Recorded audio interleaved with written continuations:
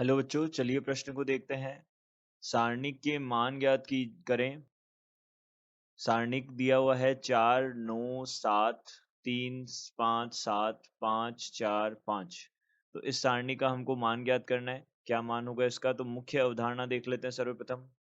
देखिए, मुख्य अवधारणा। तो मुख्य अवधारणा यहाँ क्या होगी यह देख लेते हैं। तो मुख्य अवधारणा के अनुसार किसी भी 3 गुणा 3 क्रम के सारणिक का गुणन कैसे करते हैं ये देख लेते हैं। तो यहाँ पे a11 a12 a13, इसका मान कैसे ज्ञात करते हैं ये देख लेते हैं। a21 22 a23 a31 32 और 33, इस प्रकार से हमने ये सारणिक लिखा। अब देखिए, इस सारणी का मान ज्ञात करने के लिए हम सर्वप्रथम a1 ले लेते हैं।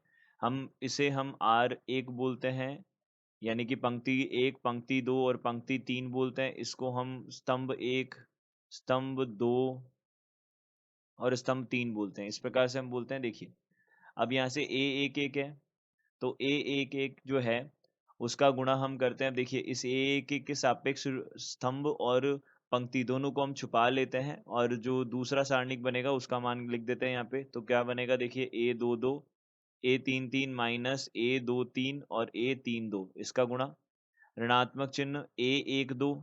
अब a12 के सापेक्ष पंक्ति और स्तंभ को छुपा लेते हैं, तो यहाँ पे बनेगा a21 a33 माइनस a23 और a31। इसी प्रकार से प्लस a13 आएगा और यहाँ a21 a32 माइनस a22 और a31, ये हमारे पास में सारणिक का मान होता है। इस प्रकार से हम सारणिक का मान ज्ञात करते हैं।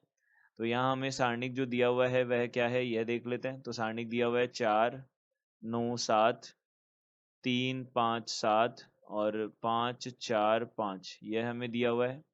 हम इसे हल करते हैं तो 4 यहाँ पे, अब देखिए 25 माइनस यहाँ पे 7 चौक 28, अब यहाँ पे माइनस 9। अब देखिए 5 का गुणा करेंगे 3 के साथ, 5 दिए 15 माइनस 7 पन्ना 35 और यहाँ पे प्लस 7। अब देखिए यहाँ पे 4 का 3 से करेंगे, 4 दिए 12 माइनस 5 5 25। इसको हल करते हैं। देखिए, तो 4 गुणा यहाँ पे हो जाएगा -3। अब -9 गुणा यहाँ से कितना हो जाएगा -20 और प्लस यहाँ से कितना हो जाएगा 7 गुणा यहाँ से हो जाएगा -13। अब इसको हल कर लेते हैं। तो माइनस यहाँ से कितना बन जाएगा 4 तिये 12 प्लस यहाँ से यहाँ पे प्लस 9 दूनी 18 और प्लस यहाँ से कितना हो जाएगा, यहाँ बन जाएगा हमारे पास 91 और वो भी कौन सा? नेगेटिव का। तो यहाँ क्या बन जाएगा? देखिए, इसका उत्तर जो होगा वो 180 माइनस, अब देखिए 12 और 91, 12 और 91 कितना हो जाएगा? 103 हो जाएगा। तो ये ऋणात्मक 103। तो अब 180 में से हमें 103 को क्या करना है? माइनस करना है। तो 10 में से 3 गए 7, यहाँ पे 7, यहाँ पे 7 बचेंगे तो 77 आ गया हमारे पास में। तो यहाँ पे 77 इस सारणी का मान हो जाएगा।